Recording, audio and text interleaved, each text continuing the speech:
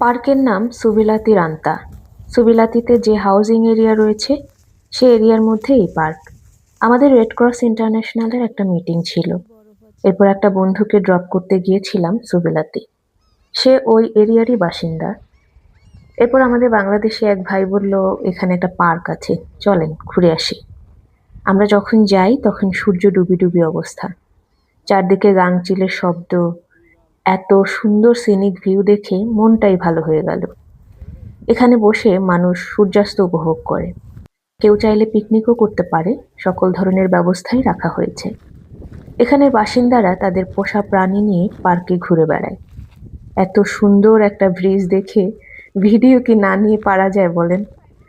তো কয়েকজন প্রবীণকেও দেখলাম যে তারা জটলা পাখি রোদ পোহাচ্ছে, গল্প করছে। সেটা অবশ্য ক্যামেরাবন্দি করা হয়নি। এই ব্রিজে বসার জন্য এরকম কিছু জায়গা রয়েছে। আর যে নীল জলরাশি দেখতে পাচ্ছেন, এটা মূলত একটা উপসাগর। একটা সুন্দর বিকেল কাটানোর জন্য এমন একটা প্লেস হলে আর কি লাগে বলেন? ইচ্ছে আছে আরো একদিন সময় নিয়ে যাব এখানে, চা কফিময় একটা বিকেল কাটাতে। চা কফির সাথে খাবারের জন্য আর কি কি আনা যায় আপনারা সাজেস্ট করতে পারেন। ধন্যবাদ।